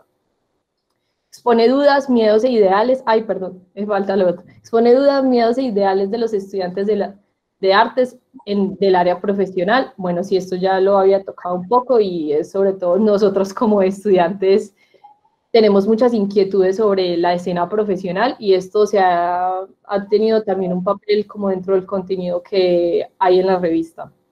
Bueno, acá está como un derrotero de las versiones que hay, bueno, las portadas de las versiones que hay actualmente y los temas. Entonces la revista empezó pues con el grupo, bueno, Majo me puede corregir si me equivoco, o la profe Angélica, el grupo de integrado, ¿cierto? Eso fue como una motivación que salió de esa clase y ahí está la primera versión que trataba de, bueno, qué circula en Medellín actualmente, que como ya les había hablado, pues siempre ha sido como un interés de las preguntas que hay para escribir los artículos y bueno, y también eso de escribir de forma crítica, nosotros también como estudiantes, creo que fue un impulso muy importante como para que se desarrollara la revista y la cuestión de si era fanzine revista, bueno, todas estas preguntas fue como lo que empezó a impulsar este hacer y ya a medida que integrado 3 del 2018, ahí empezó, ahí la profe Angélica lo puso así, correcto. Entonces, esa fue como la primera versión y hubo una motivación por continuar, ¿cierto? Como que quedó algo ahí como por que se puede mejorar tanto en la edición, en el hacer, otros temas que teníamos en duda y tenían en duda los estudiantes de ese momento. Entonces, bueno, aquí viene la segunda versión, que es sobre la escena local en Medellín. Y bueno, profe, ya puedes pasar la diapositiva, por favor. La siguiente, gracias. Y bueno, entonces así se fue como consolidando un poco más esto de la revista y indagando pues en otros temas y en otros contenidos. Está, bueno, la tercera versión, Espacios Independientes de Medellín, que de nuevo es como nuestra escena local, qué se hace, cómo se hace, en qué lugares se hace, son cuestiones que pues han impulsado mucho como el contenido.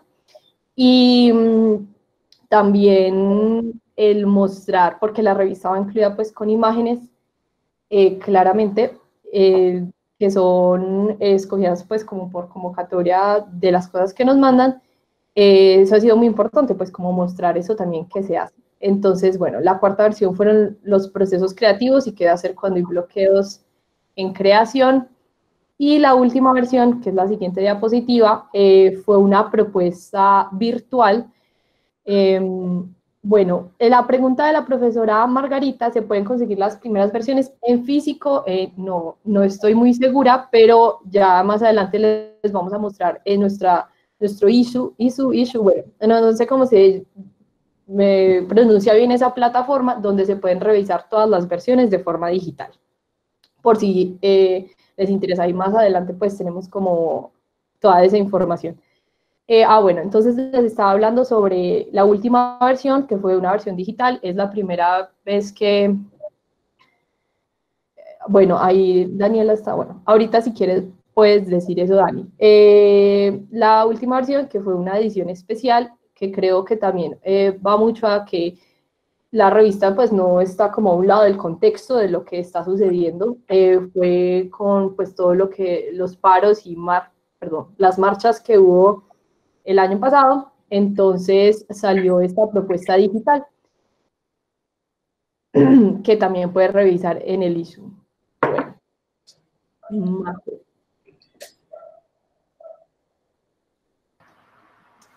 Bueno, hola a todos.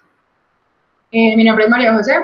Yo en este caso, en esta nueva versión de OJPs, soy la directora por la que está manejando como este proceso y la cual ganó, bueno, esta versión se llama, es la edición 4.2, que es el artista en tiempos de cuarentena. y esa fue la ganadora de la convocatoria especial de estímulos para el arte y la cultura en la línea de gestión y difusión de contenidos en las artes visuales, audiovisuales, literarias, artesanías y medios radiales, ¿cierto? Esta versión lo que quiere es mostrar, vamos a hacer, pues les quiero contar como de qué trata un poquito esta nueva edición que queremos hacer, que es el artista en tiempos de cuarentena. Entonces queremos problematizar todo lo que tiene alrededor con el artista en este momento, ya sea de forma de mercado del arte, ya sea de simplemente de creación de obra y todo eso. Entonces queremos que no solamente nosotros que somos, pues en este momento que somos estudiantes, estamos en una problemática en nuestras casas, con nuestros papás y todo eso, sino que también otras personas que están en otras universidades, que son empíricos, que son personas que no están como cerca de nuestro contexto, también se vinculen a la revista y puedan crear y puedan mostrarnos todas como su ideal de lo que es el artista en tiempos de cuarentena. Bueno, eso ya sería como información para todos los que están aquí presentes, ya estudiantes, profesores y egresados que he visto que también hay por ahí, y para que lo roten a todas las personas, que es la convocatoria que vamos a hacer, ya que la revista se articula de artículos y imágenes de obras de personas, de todas las personas que nos manden pues la propuesta. Estará abierta a partir del lunes que viene, lunes 11, y estará 15 días abierta, ¿cierto? Hasta el 22, creo que tengo entendido, sí, hasta el 22. Bueno, la convocatoria se consta de, vamos a dar 15 mini estímulos, ya que al ser la ganadora pues de ese estímulo pues de la alcaldía, tuvimos la posibilidad de generar también ingresos a las otras personas para apoyarlos también y pues ser parte como de este proceso de contingencia tan importante, ¿cierto? Los mini estímulos serán 15, como estaba diciendo, son 3, van a ser para 3 artículos, que serían reseñas, opiniones, informativo, periodismo, entrevistas, crónica, entre otras, que no se incluye imágenes. En este caso serían simplemente escritos, ¿cierto? Serían 3 estímulos para eso. Y tenemos 12 estímulos para imágenes.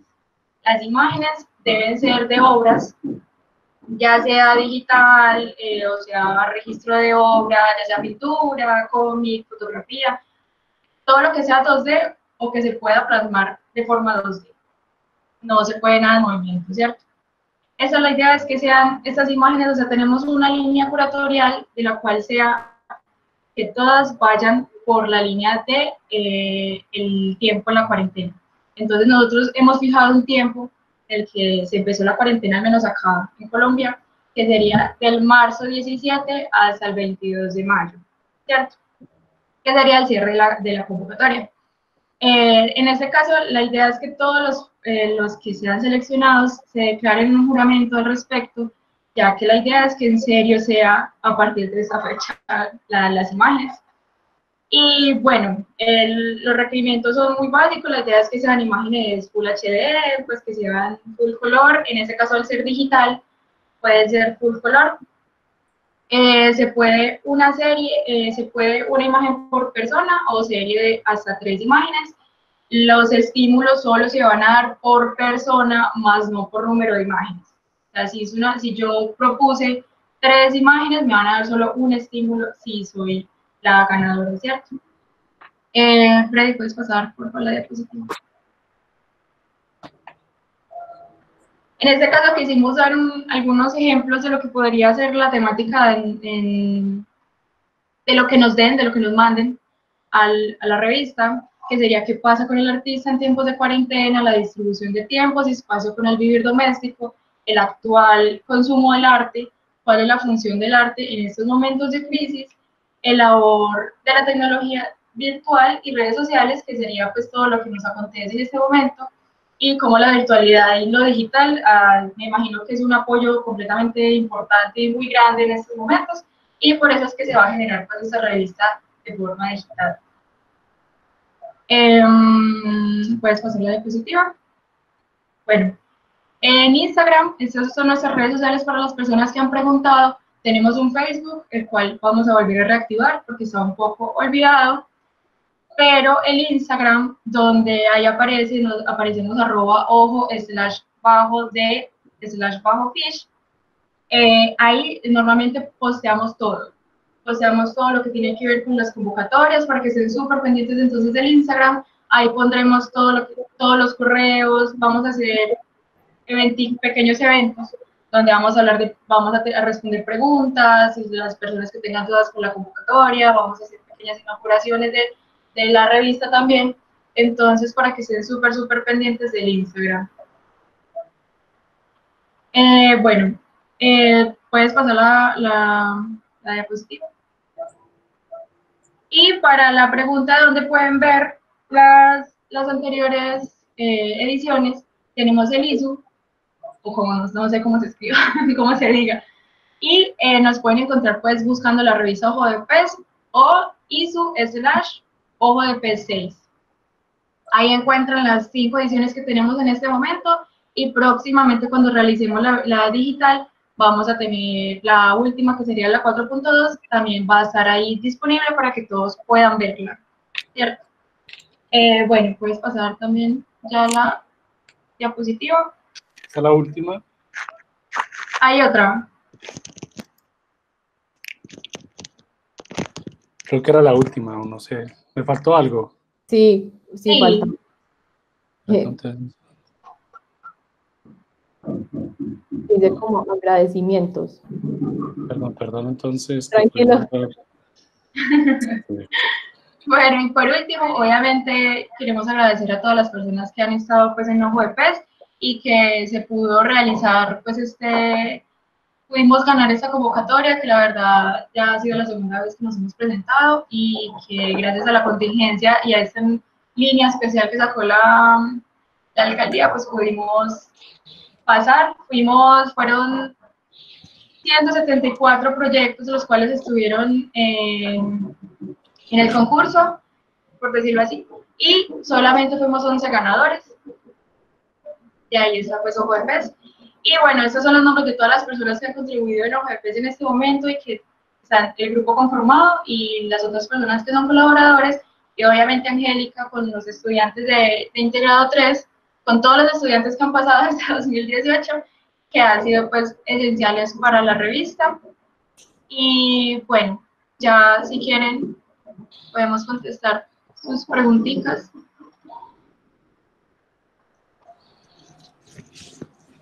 Bien, a ver, Lindy, ¿hay preguntas de pronto del panel?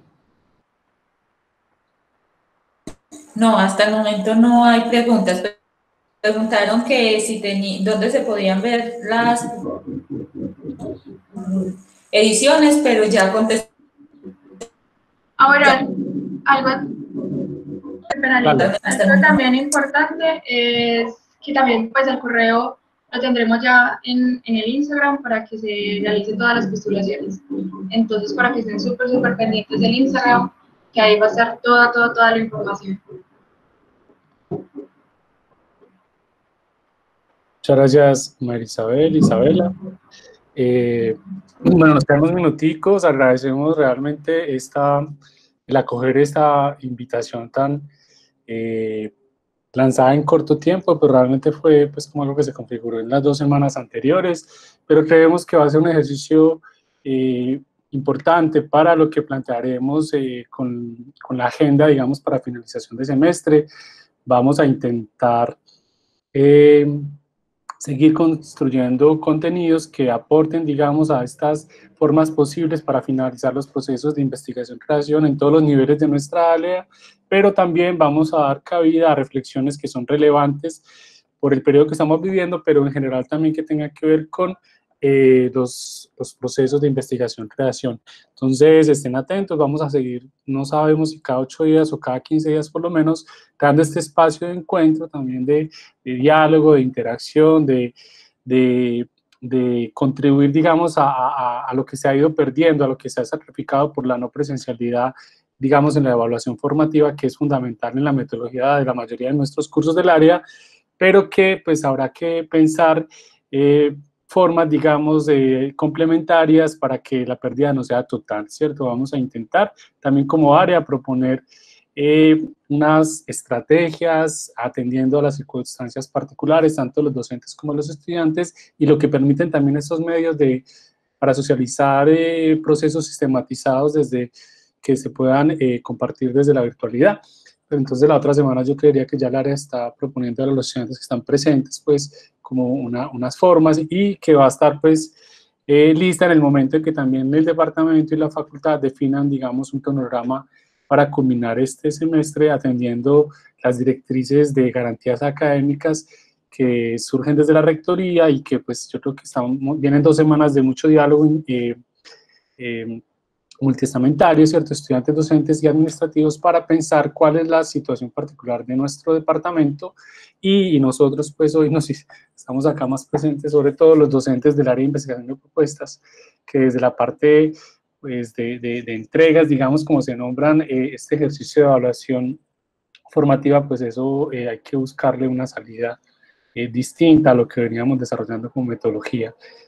No sé, Lindy, o otro profesor que quiera de pronto aportar o retomar alguno de los puntos que hemos mencionado, o alguien que durante las presentaciones se le ocurrió algo y quiera compartirlo a los que están hoy conectados. Vamos a cumplir el horario hasta las 11 para que aprovechemos este espacio de diálogo también. Bueno, en el chat vemos varias preguntas sobre la convocatoria Ojo de Pez. Preguntan que si pueden presentarse con artículos o con obra o con imágenes. La respuesta es que se puede presentar con ambos. Ya me imagino que eso entra a considerarse dependiendo de todas las personas que se te está yendo el audio, Lindy. Presente.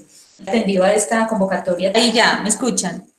Sí, y ahora se repite lo último, o por lo menos a mí se me fue la onda con lo tuyo. Sí. Bueno. Que igual que como ya dijiste, agradezco a todos los que están presentes por haber atendido este llamado de una manera pues como tan rápida. Nos sorprende pues la cantidad de personas, o más bien estudiantes, hasta egresados y profesores de la facultad que nos acompañaron. A los estudiantes que estamos ahí para ellos, para sus procesos, que esperamos, o sea, todas estas semanas hemos estado trabajando en pro de una propuesta para que ellos puedan avanzar en sus procesos, y se las estaremos compartiendo en las próximas semanas, como ya lo dijo Freddy, dependiendo de los cronogramas que la misma facultad logre concertar. Agradezco también a todos los que se presentaron hoy, a Juan Camilo, a Margarita, a Freddy y a Ojo de Pez por la generosidad con el material, por dejarnos esta sensación de que para crear se necesita es las ganas, y que no hay, digamos, cuarentena para la expresión, ¿cierto? Si hay un deseo y una motivación, pues eso va a ser libre y no va a tener limitaciones. Entonces, muchas gracias a todos por su asistencia, atención y tiempo. Bueno, acá yo creo que Angélica ya está dando respuesta a algunas preguntas puntuales. El chat va a seguir activo unos minutos más para que digamos esta posibilidad. Queda hoy abierta la invitación a que nos propongan, ¿cierto? Temas, derroteros, tópicos. Bienvenidos los estudiantes que quieran participar también con propuestas que estén desarrollando en estos momentos, que tengan de pronto una estrategia que emerge, digamos, en estas circunstancias, y que se vuelva un ejemplo para los demás. Pues sería fundamental. Tienen aquí el espacio, por supuesto, lo vamos a generar. Nos pueden escribir al correo del área, desde el cual se les envía siempre la información precisamente de las evaluaciones o lo institucional. A ese mismo correo pueden escribir presentando su propuesta, ¿cierto?, que quieren participar de este espacio, pero también a los docentes. Por ahí viene el chat rápidamente alguien que decía que le diéramos oportunidad a otros docentes, no solo los del área, del departamento. Pues yo creo que también es importantísimo. Sabemos muy bien en el área que, aunque este es el tronco principal del programa, todo está en línea de cruce con la línea de formación que se comprende desde lo complementarios, ¿cierto? Desde, ¿cómo es que se dice? Una formación integral, ¿cierto? Integrado no significa otra cosa que la convergencia de lo que se da en la formación integral. Y alguien decía ahí que de pronto colegas compartieran experiencias significativas con respecto a estos apoyos desde la virtualidad a la no presencialidad, o la posibilidad de haber dado o impartido las clases o generar dinámicas de creación. Entonces, vamos a hacer un llamado también a los docentes para que de pronto, me parece que podría ser un tópico, lo vamos a analizar, sea la próxima reunión, un espacio para hablar de experiencias pues particulares, significativas y que han sabido sortear estas contingencias. Entonces, que atiendan tanto a los procesos naturales, digamos, de investigación y creación, pero también al ejercicio docente o a la activación de procesos colectivos, dadas las circunstancias donde algunos docentes han creado estrategias particulares que pueden estar un poco de manera tangencial a los objetivos de los programas, pero que bien podrían ser experiencias a revisar.